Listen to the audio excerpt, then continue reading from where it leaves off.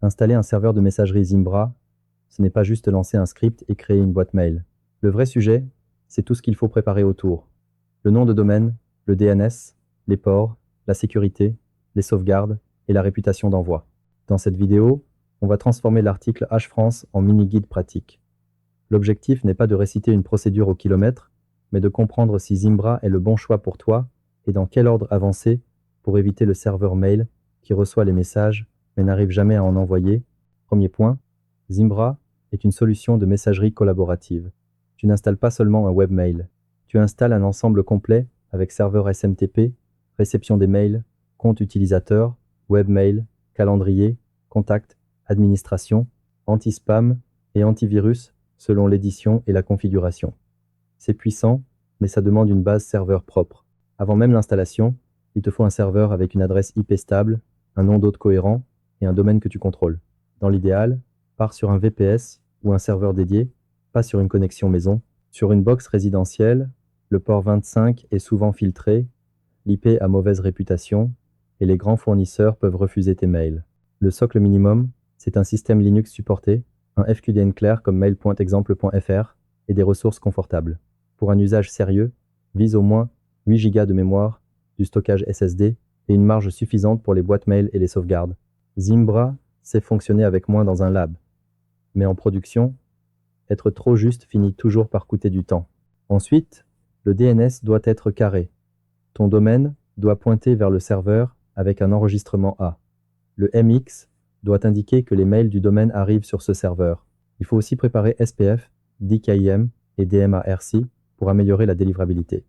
Sans ça, tu peux avoir une installation techniquement correcte, mais des messages qui tombent en spam chez Gmail, Outlook ou Yahoo. Côté port, retiens les familles importantes. Le 25 sert au trafic SMTP entre serveurs. Le 587 sert à l'envoi authentifié depuis les clients. Le 993 sert à l'IMAP sécurisé. Le 443 sert au webmail en HTTPS et l'administration Zimbra passe généralement par un port séparé, souvent 7071. Il ne faut pas tout ouvrir n'importe comment. On expose ce qui est nécessaire, on filtre le reste. La séquence d'installation propre ressemble à ça. Préparer le système, vérifier le hostname et le fichier host, installer les dépendances, lancer l'installeur Zimbra, choisir les composants utiles, définir le domaine, puis corriger les alertes avant de créer les comptes. Si une erreur DNS apparaît pendant l'installation, ne la masque pas à l'aveugle. La messagerie dépend énormément de ces détails. Une fois Zimbra installé, ne te précipite pas sur les comptes utilisateurs. Commence par sécuriser l'accès. Active HTTPS correctement, pose un certificat valide, limite l'administration aux IP de confiance si possible, mets à jour le serveur et vérifie les règles de pare-feu. Un serveur mail exposé sur Internet est une cible permanente. Il doit être maintenu, pas juste installé. Après ça, configure un compte de test et valide le parcours complet. Envoie un mail vers l'extérieur, reçois un mail depuis une adresse externe, teste le webmail, puis teste un client mobile en IMAP ou en Exchange ActiveSync si ton édition et ta configuration le permettent. Sur Android ou iPhone, l'idée reste simple, serveur, identifiant complet, mot de passe, SSL et port sécurisé. Le piège le plus courant, c'est de confondre installation réussie et messagerie fiable. Si l'envoi échoue, regarde le port 25, la réputation IP, SPF, DK, démarque et les logs. Si la réception échoue, regarde le MX, le pare-feu et le nom d'hôte. Si les clients ne se connectent pas, regarde le certificat, le port utilisé et l'authentification.